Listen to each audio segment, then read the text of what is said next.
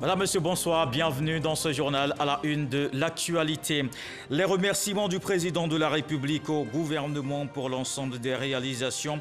C'était le dernier conseil des ministres de l'équipe actuelle. Ce mercredi, Alassane Ouattara dissout le gouvernement. Le chef de l'État qui a annoncé la formation d'une nouvelle équipe dans les prochains jours. Il a aussi rendu hommage à l'ex-premier ministre. La Comnat ALPC veut renforcer la lutte contre la prolifération et la circulation illicite des armes légères et de petits calibre. Un atelier régional se tient à Abidjan. La rencontre porte sur la coopération judiciaire et policière des pays de la CEDEAO. Des experts ont échangé sur les meilleures pratiques. La campagne 2020-2021 de l'ANACAD se déroule bien dans la région du Hambol. Le prix d'achat du kilogramme sur le terrain est en hausse. Il se négocie entre 305 francs et 320 francs CFA. Les producteurs s'en réjouissent. Cette augmentation est due à la qualité du produit et à la vente groupée pratiquée par les agriculteurs. Et puis le Premier ministre Benjamin Netanyahu arrive en tête des élections législatives en Israël. Cela ne lui garantit pas cependant de trouver une majorité pour former le prochain gouvernement. Les résultats extrêmement serrés ne devrait pas être connu de manière définitive et complète que le vendredi. Un conseil des ministres tenu ce mercredi au palais de la présidence, le premier après les législatives du 6 mars et le deuil national dû au décès du Premier ministre. Le gouvernement a d'ailleurs rendu hommage à Ahmed Bakayoko. Le président de la République annonce la dissolution du gouvernement après avoir remercié les membres, notamment pour la bonne tenue des législatives.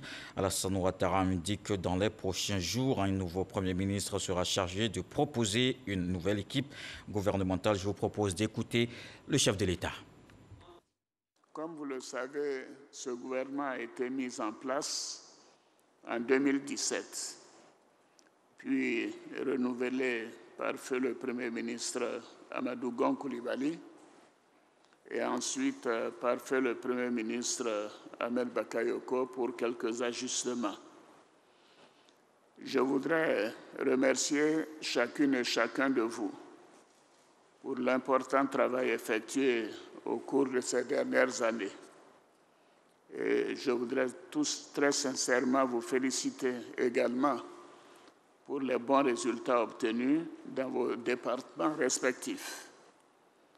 Les élections législatives ont eu lieu le samedi 6 mars dernier dans un climat de paix avec la participation de tous les partis politiques significatifs. Je me réjouis vraiment de cette évolution.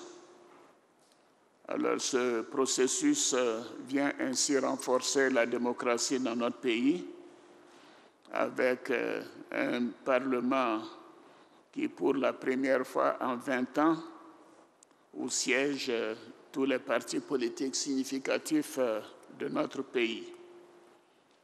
Alors, évidemment, puisque le processus législatif est terminé, je procéderai donc dans les prochains jours à la nomination d'un nouveau Premier ministre qui sera chargé de me proposer un nouveau gouvernement. Donc, la session d'aujourd'hui est le dernier conseil des ministres de ce gouvernement.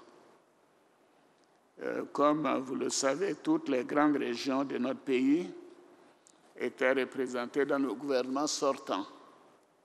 Il appartiendra au nouveau Premier ministre de me faire des propositions en tenant compte de mon souhait pour un renouvellement générationnel. Le reportage complet de ce Conseil des ministres qu'on retrouve dans quelques instants. En attendant, on va voir les hommages à l'ex-premier ministre qui se poursuivent. Ahmed Bakayoko était aussi un homme des médias. La corporation ne l'oublie pas. L'Union nationale des journalistes de Côte d'Ivoire lui rend hommage. Plusieurs personnalités du monde de la communication saluent unanimement les qualités de l'homme, le travailleur et l'altruiste. Le reportage de Walter Amadou Ouattara. Maison de la presse dans la commune du Plateau. Un livre de condoléances est ouvert afin de recueillir les messages de compassion. Nous sommes à la cérémonie d'hommage des journalistes de Côte d'Ivoire au défunt Premier ministre Ahmed Bakayoko, une initiative de l'UNGCI. Ahmed Bakayoko a été journaliste, fondateur et manager de groupes de presse et de médias, en plus de diverses autres activités économiques. Nous lui rendons hommage pour le symbole de réussite qu'il a représenté pour toute la corporation des professionnels des médias. Aux intervenants de partager avec l'assistance le degré des liens qui les attachaient au Premier ministre Ahmed Bakayoko. Nous avons fait nostalgie ensemble. Il m'a dit l'aventure va se poursuivre aux Patriotes, que je te rappelle. Quelques mois après, il me fait rappeler. J'arrive, je suis aux Patriotes, je suis embauché et nous avons collaboré. Il m'a dit que l'aventure va se poursuivre. Mais il me laisse avec qui? Il me confie à qui? Je suis vraiment très affligé. Ami depuis 90, Ahmed Bakayoko, je considérais comme mon petit frère jusqu'à sa disparition. La Côte d'Ivoire, vous avez perdu quelqu'un de très cher. Et au regard des défis qui se posent à la Côte d'Ivoire, on a plus intérêt à avoir de plus en plus des Africains comme ça, ouverts, qui parlent au-delà des frontières, qui parlent sans exclusion, qui écoutent. Nous avons perdu un homme d'exception. Quelqu'un qui a su donner sens à la vie et faire en sorte que tout le monde puisse garder l'espoir. Montrer à la Côte d'Ivoire, montrer aux jeunes, montrer au monde que le travail est une vertu cardinale, que les valeurs de fidélité, que les valeurs de loyauté sont des valeurs, des socles réels sur lesquels on peut construire quelque chose de durable. Au nom du ministre de la Communication et des Médias, le directeur de cabinet a salué cette volonté de l'Union nationale des journalistes de Côte d'Ivoire qui, selon lui, rend hommage en réalité à l'un des leurs. Le Premier ministre est l'incarnation d'un modèle de réussite de journaliste. Il a été journaliste. Il a exercé les plus hautes charges de l'État et cela, bien évidemment, mérite la reconnaissance et les hommages de sa corporation. Et en cela, vous avez pleinement raison de lui rendre cet hommage particulier. Et le ministre de la Communication s'associe pleinement.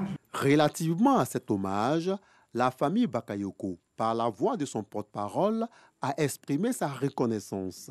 Nous voulions vous dire surtout merci de l'avoir accompagné pendant tout ce temps. Car on a dit beaucoup de choses d'Ahmed, mais il faut aussi dire que tous ses amis l'ont motivé à faire de ses œuvres ce qu'il a réalisé. En la mémoire, au passage du Premier ministre Ahmed Bakayoko sur la Terre des Hommes, l'UNJCI a remis des articles de presse à son fils aîné, des reportages qui retracent l'histoire de l'appellation Golden Boy. Hors du pays, on pleure aussi Ahmed Bakayoko. La représentation diplomatique de la Côte d'Ivoire au Mali rend hommage à l'ex-premier ministre. Les autres ambassadeurs africains et européens ont aussi fait le piquet d'honneur. Didier Nguessa. L'ambassade de la Côte d'Ivoire au Mali rend hommage au Premier ministre Ahmed Bakayoko. Tour à tour, l'ambassadeur Bakayoko Cheikh Ibrahim et ses collaborateurs ont sacrifié à la tradition du piquet d'honneur et de la signature du livre des condoléances. Les ambassadeurs accrédités au Mali ont également présenté leurs condoléances au gouvernement ivoirien. Rappelons que la semaine nationale de deuil symbolisée par la mise en berne du drapeau national a pris fin le vendredi 19 mars dernier. Je vous le disais à l'instant, on revient sur cette information. Un conseil des ministres a tenu ce mercredi au palais de la présidence. C'est le premier après les législatives du 6 mars et le deuil national dû au décès du Premier ministre. Le gouvernement a rendu hommage à Ahmed Bakayoko. Le président de la République annonce la dissolution du gouvernement après avoir remercié les membres, notamment pour la bonne tenue des législatives. Le reportage de Jérôme Kofi Abolin. Nous sommes mercredi 24 mars 2021 et au palais présidentiel, c'est le Conseil des ministres qui a droit de citer. Rencontre qui, comme habituellement, a été présidée par le chef de l'État, le président Alassane Ouattara. Les nombreuses décisions qui ont été prises au cours de cette réunion, on peut en retenir quelques-unes à la suite du point presse dit par le porte-parole du gouvernement. À commencer par le projet de loi sur la signature d'une convention entre l'État de Côte d'Ivoire et l'Agence française de développement convention qui se chiffre à plus de 86 milliards de francs CFA est destinée à financer la formation et l'éducation. Au titre du ministère des Affaires étrangères, en liaison avec les ministères concernés, le Conseil a adopté un décret portant ratification d'une convention de crédit d'un montant de 86 milliards 127 millions de francs CFA conclue le 28 janvier 2021 entre l'Agence française de développement et la République de Côte d'Ivoire en vue du financement du projet de l'éducation, de la formation et de l'insertion des jeunes en abrégé DEFI 3. Le projet DEFI a pour objectif de favoriser l'accès des jeunes Ivoiriens à des parcours de qualification de base ainsi qu'à des compétences professionnelles orientées vers le développement social et économique. Dans la continuité des projets DEFI 1 et 2, le financement objet du projet DEFI 3 porte sur la construction de 58 collèges en zone périurbaine, l'investissement dans l'amélioration de l'enseignement des sciences avec la réhabilitation du lycée scientifique de Yamoussoukro et des équipements scientifiques, ainsi que la création d'un centre thématique moderne permettant de transformer et de valoriser les bioressources à l'université Peleforo-Gon Coulibaly de Korogo. Une autre décision, elle a été cette fois prise au titre du ministère de la Santé et de l'Hygiène publique relativement à la COVID-19. Pour le gouvernement, il faut aujourd'hui mettre un accent particulier sur la vaccination contre cette pandémie. À la date du 21 mars 2021, la Côte d'Ivoire dénombre 40 310 cas confirmés de COVID-19 et 220 décès, soit 0,55%.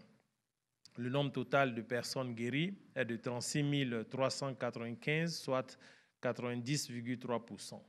Le nombre de cas actifs est actuellement de 3 696. Aussi, la vaccination contre la COVID-19 apparaît à ce jour plus que nécessaire aux fins de prévenir et de réduire la transmission de la maladie. À cet effet, notre pays a adhéré au mécanisme COVAX en vue de bénéficier de vaccins de qualité et sûrs. Grâce à cette dynamique mondiale, la Côte d'Ivoire a reçu le 26 février 2021 504 000 doses de vaccins AstraZeneca.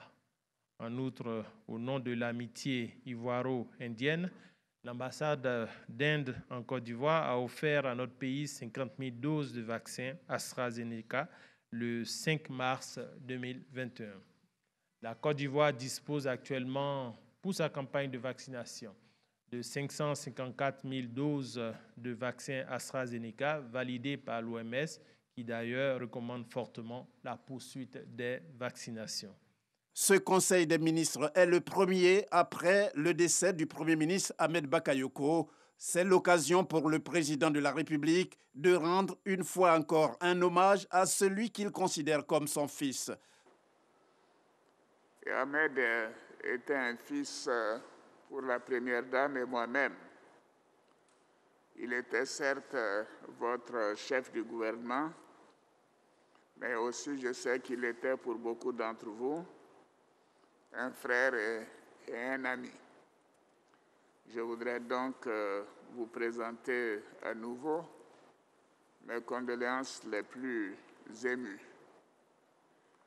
Il va beaucoup nous manquer. Nous prions tous pour que son âme repose en paix. Et afin d'honorer sa mémoire, nous devons poursuivre le dialogue politique, le développement de notre pays avec engagement et détermination dans une Côte d'Ivoire apaisée et ouverte à tous. Idem pour le Premier ministre par intérim, Jérôme Patrick-Achi, qui a rassuré le président de la République quant à l'union sacrée autour de lui dans l'épreuve. Excellence, Monsieur le Président de la République, face à cette douleur et à ce grand vide que laisse le départ inattendu du Premier ministre, ministre de la Défense, nous voulons vous dire encore ce matin que vous n'êtes pas seul. Les membres du gouvernement sont avec vous. Monsieur le Président, et avec la première dame Dominique Ouattara. Les Ivoiriennes et les Ivoiriens de nos villes et campagnes sont également avec vous dans cette douloureuse épreuve. Oui, Excellence, Monsieur le Président de la République, les membres du gouvernement entendent rester debout et à vos côtés, déterminés à poursuivre sous votre haute égide la grande œuvre de construction de notre beau pays. Ce serait, à notre sens, le plus bel hommage que nous puissions rendre à notre illustre disparu, tant nous savons l'amour, l'honneur et la fierté qu'il attachait à vous servir, à servir la Côte d'Ivoire en toutes circonstances. En admettant que le travail doit continuer avec la même ardeur, le président Alassane Ouattara a informé sur la formation d'un nouveau gouvernement, un gouvernement générationnel pour reprendre les mots du chef de l'État. Comme vous le savez, ce gouvernement a été mis en place en 2017, puis renouvelé par feu le Premier ministre Amadou Gon Coulibaly et ensuite par feu le Premier ministre Ahmed Bakayoko pour quelques ajustements. Je voudrais remercier chacune et chacun de vous pour l'important travail effectué au cours de ces dernières années. Et je voudrais tous très sincèrement vous féliciter également pour les bons résultats obtenus dans vos départements respectifs. Les élections législatives ont eu lieu le samedi 6 mars dernier dans un climat de paix avec la participation de tous les partis politiques significatifs. Je me réjouis vraiment de cette évolution. Alors, ce processus vient ainsi renforcer la démocratie dans notre pays avec un Parlement qui, pour la première fois en 20 ans, où siègent tous les partis politiques significatifs de notre pays. Alors, évidemment, puisque le processus législatif est terminé, je procéderai donc dans les prochains jours à la nomination d'un nouveau Premier ministre qui sera chargé de me proposer un nouveau gouvernement. Donc, la session d'aujourd'hui est le dernier conseil des ministres de ce gouvernement. Comme vous le savez, toutes les grandes régions de notre pays étaient représentées dans le gouvernement sortant. Il appartiendra au nouveau Premier ministre de me faire des propositions en tenant compte de mon souhait pour un renouvellement générationnel. Et toujours selon le président de la République, Alassane Ouattara, la mise en place du prochain gouvernement se fera dans la première semaine du mois prochain. Et au nombre des actifs de ce gouvernement sortant, allons dans la région de la Bagoué au nord de la Côte d'Ivoire. 140 jeunes du département de Koto bénéficient de 63 millions de francs CFA, un montant pour les aider à initier ou accroître leurs activités. C'est le ministre Bruno Nabagné-Koné qui a remis les chèques aux bénéficiaires. Ami Sissoko. Dans la troisième phase du programme Agir pour les jeunes, 140 jeunes du département de Koto bénéficient d'un montant de 63 millions de francs CFA. Les 40 premiers reçoivent leur chèque des mains du ministre de la Construction, du Logement et de l'Urbanisme, Bruno Nabagné-Koné, pour le financement de leurs projets. Nous ferons bon usage des prêts qui nous ont été octroyés et que nous les rembourserons dans le sérieux le plus total afin de préserver la chaîne de solidarité. Le programme Agir pour les jeunes, mis en œuvre par le ministère de la Promotion de la Jeunesse et de l'Emploi des Jeunes, est un dispositif de promotion de l'entrepreneuriat dédié au financement des projets de jeunes ivoiriens âgés de 18 à 40 ans. Les financements vont de 100 000 à 1 million de francs CFA pour les projets individuels et jusqu'à 2 500 000 francs CFA pour les projets collectifs. Tous les secteurs d'activité sont visés. Déjà en 2020, dans le cadre de la deuxième phase de l'opération Agir pour les jeunes, 152 jeunes avaient reçu 72 444 800 francs CFA.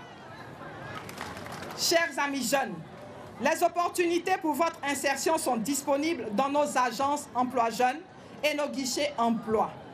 Il suffit de vous y rendre pour bénéficier du dispositif qui est adapté à votre situation. Ce geste noble va sans doute impacter, voire changer positivement la vie de ces jeunes bénéficiaires ainsi que celle de leurs familles respectives.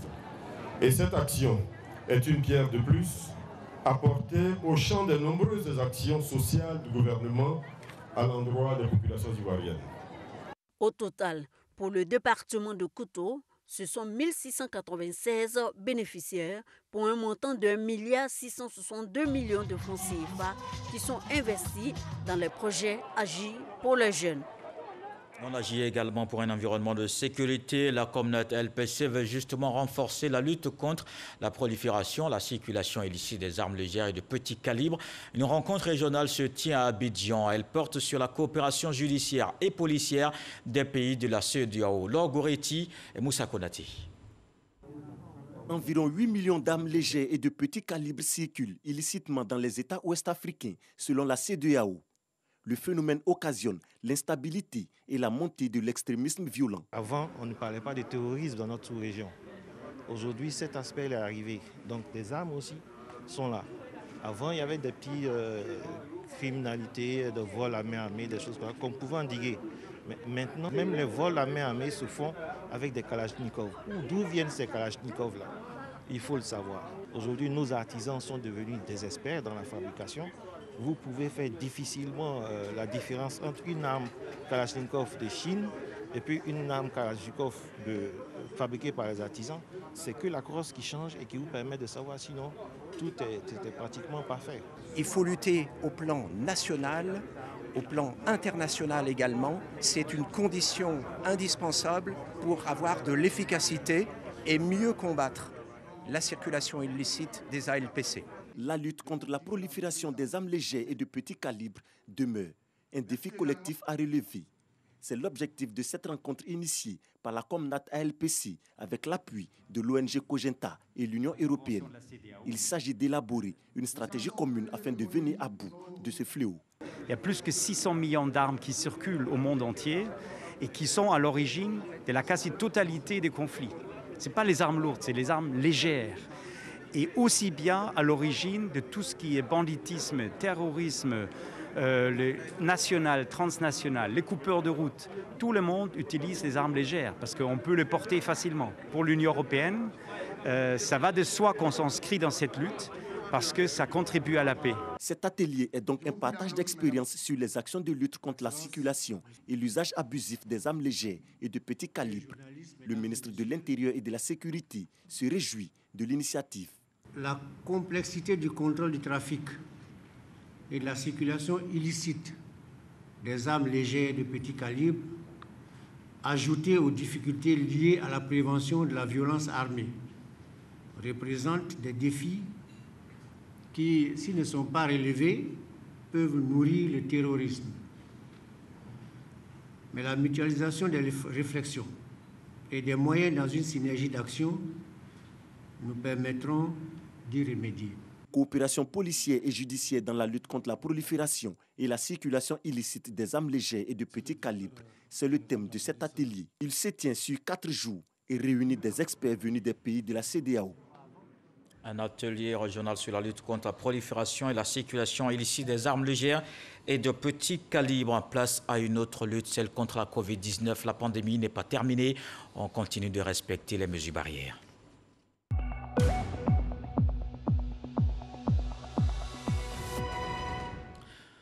Le ministère de la Santé et de l'Hygiène publique a enregistré ce mercredi 449 nouveaux cas de Covid-19, 376 guéris et 2 décès. La Côte d'Ivoire compte donc 41 307 cas confirmés, 37 320 personnes guéries, 224 décès et 3 773 cas actifs. Le club Rotary aux côtés de la Côte d'Ivoire dans la lutte contre la pandémie. L'organisation fait don d'une salle multimédia au service des maladies infectieuses. Elle est équipée de dispositifs de visioconférence, de points d'accès Wi-Fi et plusieurs pièces annexes pour le développement de la télémédecine. Franck Adio.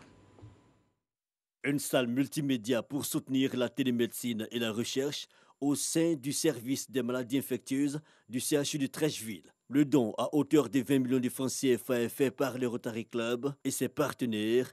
L'initiative découle des résolutions de la 38e réunion des intervilles du Rotary Club de Côte d'Ivoire tenue récemment à San Pedro. Au niveau de l'ensemble des 36 clubs de la Côte d'Ivoire, nous sommes heureux de pouvoir offrir cette salle-là qui va permettre de pouvoir lutter plus efficacement contre la Covid-19 en Côte d'Ivoire. Dispositif de vidéoconférence, point d'accès Wi-Fi et des salles annexes pouvant contenir une quarantaine de personnes. Les acteurs engagés dans la lutte contre la Covid, notamment le SMIT, apprécient l'action. Donc ce centre de recherche est pour tout le monde en ayant comme socle les maladies infectieuses et tropicales.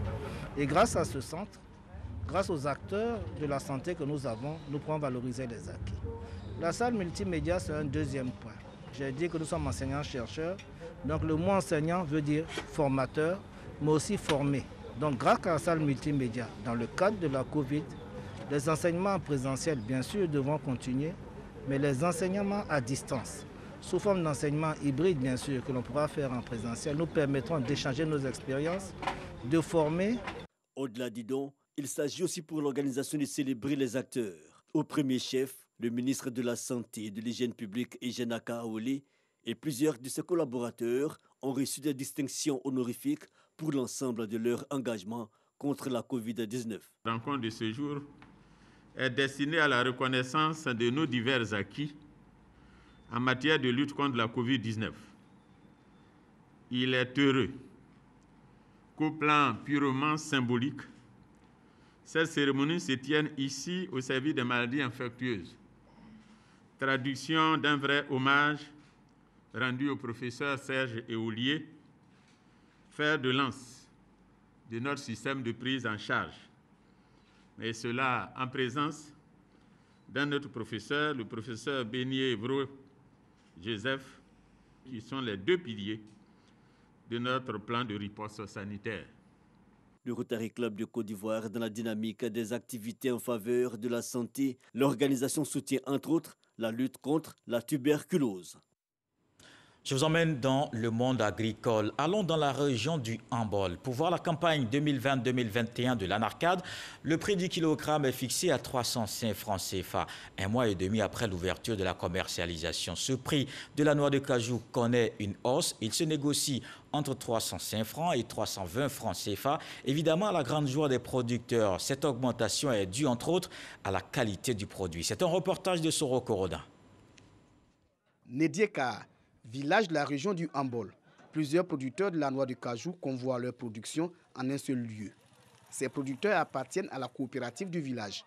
Cette coopérative a choisi le système de vente groupée pour se mettre à l'abri des acheteurs véreux. La coopérative est née pour faire la qualité et la vente groupée. Avec toutes ces exigences que nous respectons, nous avons un meilleur prix. Avant, c'était les pisteurs qui achetaient nos productions. Ils fixaient le prix qui les arrangeait. Aujourd'hui, avec la coopérative, ce sont les acheteurs qui courent après nous. Ils respectent le prix fixé par le gouvernement.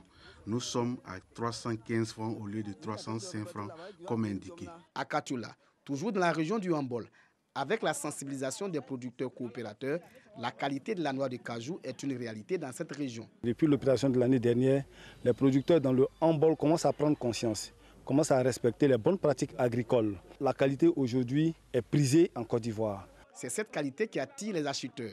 Toute chose qui milite en faveur d'une hausse du kilogramme de l'anacade.